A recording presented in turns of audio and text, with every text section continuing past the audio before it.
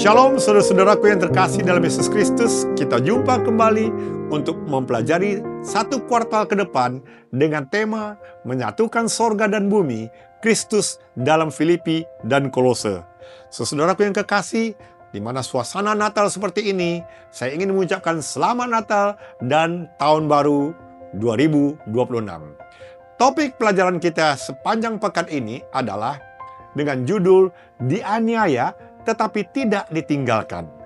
Ayat hafalannya terdapat di dalam buku Filipi 4 ayat 4. Bersukacitalah senantiasa dalam Tuhan. Sekali lagi kukatakan, bersukacitalah. Saudara, minggu ini kita diajak untuk masuk ke sebuah pelajaran besar yang relevan bagi kehidupan Anda dan saya di era Jemaat Laodikia. Dan pelajaran ini penting tentang penderitaan, belenggu, dan kesetiaan. Maka oleh sebab itu saudaraku, pelajaran ini tidak hanya sekedar menceritakan sejarah Paulus, tetapi membuka mata kita bahwa penganiayaan itu bukan berarti Allah menjauh. Seringkali justru disitulah Allah paling dekat. Paulus dipenjara, tetapi Injil tidak pernah dipenjara. Rantainya tidak memadamkan terang Injil. Justru rantai itu menjadi lilin bagi kekaisaran Roma. Nah, saudaraku, mari kita coba masuk pelajaran ini dengan hati yang siap ditegur, tapi juga siap dihibur oleh janji Tuhan. Hari Minggu dengan tema Paulus terpenjara. Oleh sebab apa? Oleh sebab Yesus Kristus. Maka dalam ayat kunci, Efesus pasal 3 ayat 1, Efesus 6 ayat 20, dan Kisah 28:16, Filipi 1 ayat 1-3, dan Filipi 1 ayat 13, dan Filipi 4 ayat 22. Penekanan dari ayat-ayat yang saya bacakan barusan adalah, dari balik belenggu, Paulus memandang pemenjaraannya adalah sebagai bahagian dari panggilan Kristus. Rantai itu justru membuka pintu ke tempat yang tidak bisa dijangkau siapapun.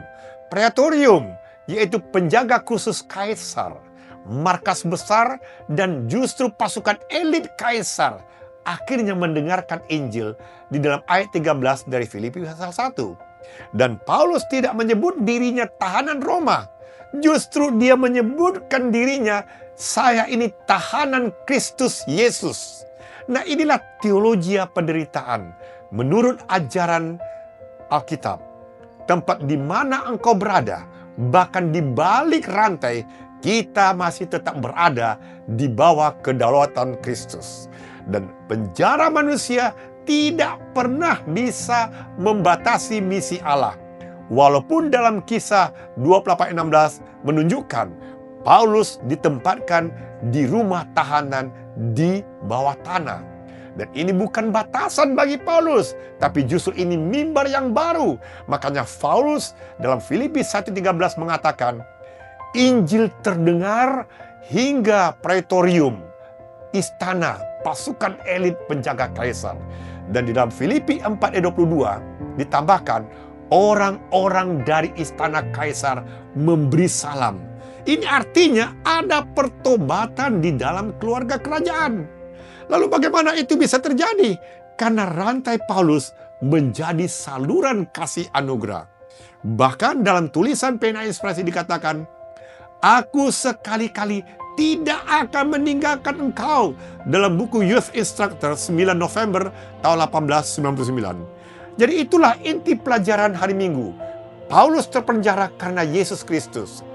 Tekanan aniaya bukan bukti Allah telah pergi, tapi justru tekanan berupa panggilan untuk berdiri lebih dekat dengan Tuhan. Lalu apa aplikasinya bagi saudara dan saya sebagai jemaat Laodikia? Berhentilah kita menafsirkan kenyamanan sebagai berkat. Tapi jika rantai hukuman penjara datang karena kebenaran, itulah sebuah kehormatan. Jadikanlah kondisi hari ini sebagai mimbar kesaksian kita masing-masing. Nah, kita masuk hari Senin dengan tema Paulus dalam belenggu. Ayat kuncinya terdapat di dalam 2 Korintus 4 ayat 7-12, 2 Korintus 6 ayat 3-7, Filemon 10:13. Di sini ditegaskan, dalam rapuhnya bejana tanah liat, hidupnya Paulus menanggung penderitaan tanpa menyerah Ini menunjukkan ada kuasa Allah yang memelihara dia. Dan melalui kasih yang sama, ia melayani serta membentuk jiwa-jiwa seperti Onesimus yang membuktikan bahwa penderitaan tidak mematahkan Injil, tetapi justru melahirkan hidup baru bagi orang lain. Paulus berkata, kami tertindas namun tidak terjepit, dianiaya namun tidak ditinggalkan. Dalam 2 Korintus 4 ayat 8-9. Ini menunjukkan belenggu tidak mematikan iman. Belenggu justru memurnikan iman. Paulus menggambarkan dirinya dengan para rasul sebagai bejana tanah liat, rapuh, pecah, dan tidak indah. Tetapi justru di dalam bejana yang rapuh dan retak itu, Injil bersinar paling terang. Makanya pena inspirasi menuliskan dalam buku Desire of Ages, halaman 313, Kristus memberi rohnya sebagai kuasa ilahi untuk menanamkan tabiatnya. Dan saudaraku yang kekasih dalam Yesus Kristus, belenggu kehidupan, apakah itu berbentuk tekanan, penderitaan, atau keterbatasan dari situasi sulit, ataupun masalah keluarga, penyakit, atau tekanan ekonomi, perjuangan untuk kita memiliki karakter yang baik, atau kita memiliki luka batin, kegagalan, atau penderitaan apapun dalam pelayanan seperti yang dialami Paulus, ini menunjukkan ada satu kekuatan, bukan berasal dari dalam diri kita. Ada satu ketabahan, bukan dari sifat alami manusia. Ada kesetiaan, bukan dari kehebatan moral kita, tetapi semua itu adalah berasal dari kuasa Kristus melalui rohnya.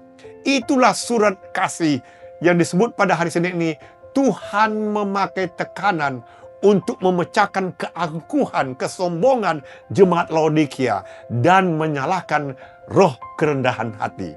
Lalu apa aplikasinya bagi jemaat yang hidup di era jemaat Laodikia hari ini?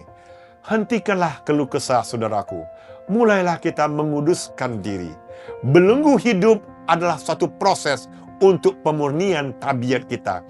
Bersihkanlah mulut, mata dari media sosial, dari pikiran kita menjadi rantai tersembunyi. Mulai hari ini kita jadikan satu mimbar yang hidup. Dan pelajaran hari Selasa, Paulus di Filipi. Ayat kuncinya, saudaraku, terdapat dalam Kisah 16 ayat 6-15 dan ayat 16-34 dan Filipi 4 ayat 15. Di sini digaris bawahi, di Filipi Allah membuka hati Lydia, mengguncang penjara bagi kepala penjara, dan melalui kedua rumah ini Injil pertama kali berakar kuat, membangun jemaat yang kemudian menjadi mitra setia Paulus dalam pekerjaan Injil. Saudaraku, di Filipi, kita bisa melihat pola dahsyat dari kekuatan doa dan pujian. Membuat Lydia bertobat. Paulus dan Silas dalam hal memuji Tuhan dalam penjara. Terjadi gempa bumi yang membebaskan mereka, sehingga kepala penjara akhirnya bertobat, dan Injil mengalir ke Makedonia. Saudaraku, lagu-lagu pujian dalam penderitaan itu justru lebih kuat daripada 1000 khotbah. Dan Roh Kudus memimpin Paulus ke sebuah kota yang strategis. Bukan untuk kenyamanan, tapi justru untuk memberikan dampak positif. Dan oleh sebab itu pena inspirasi menuliskan, ada ladang misi di rumah tangga sendiri. Lalu berikutnya ke tetangga, dalam buku Review and Herald 22 Mei tahun 1888. Pengalaman di jemaat Filipi ini menunjukkan bahwa misi dimulai dari rumah. Dari rumah kepada keluarga, sahabat, lalu ke kota, dan kepada bangsa-bangsa. Nah, apa aplikasi bagi jemaat Laodikia dengan tema Paulus di Filipi? Saudaraku, mulai hari ini, jadikanlah rumah kita sebagai Filipi rohani. Biarkan nyanyian pujian malam kita menjadi sebuah kesaksian bagi tetangga kita. Biarlah luka kita menjadi pintu keselamatan bagi orang lain. Nah, kita masuk pelajaran hari Rabu dengan tema Paulus dan Kolose. Ayat kuncinya terdapat dalam Kolose 1 ayat 1-2 dan 7, dan Kolose 4 ayat 12, Filemon ayat 15 dan 16, dan Kolose 4 ayat 9. Digarisbawahi di sini bahwa melalui Epafras, Onesimus, dan rekan-rekan setia lainnya, Paulus menegaskan bahwa Injil membangun keluarga rohani baru, di mana budak bisa menjadi saudara, para pekerja menjadi hamba Kristus, dan jemaat ditopang oleh doa serta pelayanan yang tulus. Saudaraku yang kekasih dalam Yesus Kristus, pelajaran ini menunjukkan bahwa misi bisa bertahan bukan karena tokoh besar, tapi karena kaderisasi rohani. Epafras adalah contoh murid yang pulang ke kotanya dan dia menyalakan api Injil. Saudara bisa baca dalam Kolose 1 ayat 7 dan Kolose 4 ayat 12-13. Jadi Injil bukan hanya tentang doktrin, tapi Injil itu merubah hubungan sosial. Onesimus dari seorang budak menjadi saudara panggilannya. Filemon dari seorang tuan menjadi sesama pelayan Kristus. Nah, inilah kekuatan Injil. Ia tidak hanya menyelamatkan jiwa, tapi ia memulihkan hubungan manusia satu sama lain. Makanya tidak heran Pena Inspirasi menuliskan, ketetapan perjanjian baru cukup untuk menata gereja Kristus dalam buku Review and Herald 6 Desember tahun 1853. Lalu apa aplikasinya bagi jemaat Laodikia dengan tema Paulus dan Kolose? Saudaraku, jadilah seperti Epafras.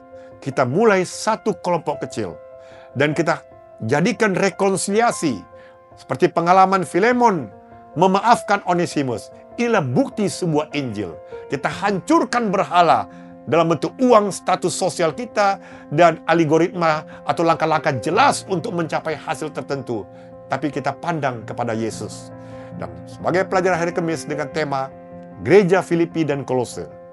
Ayat kuncinya terdapat dalam Filipi 1 ayat 1-3, Kolose 1 ayat 1-2, dan 1 Petrus 2 ayat 9-10, Keluaran 19 ayat 5-6, dan 1 Timotius pasal 3, dan Titus pasal 1 ayat 5-9. Di sini diceritakan bagaimana umat Allah dipanggil sebagai bangsa pilihan dan imamat yang kudus.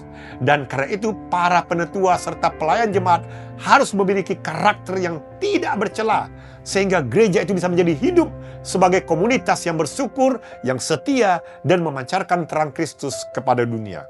Saudaraku, Paulus menyapa jemaat sebagai orang-orang kudus. Kata kudus itu, saudaraku, bukan gelar. Tapi kudus itu adalah dipisahkan untuk melakukan sesuatu tugas khusus dari Tuhan. Dan jemaat Filipi, mereka memiliki struktur gereja yang sehat. Yaitu mereka memiliki penilik. 1 Timotius 3 ayat 1-2 dan Kisah 20-28. Ada diaken dalam 1 Timotius 3 ayat 8-10. Dan Timotius adalah sebagai kader muda.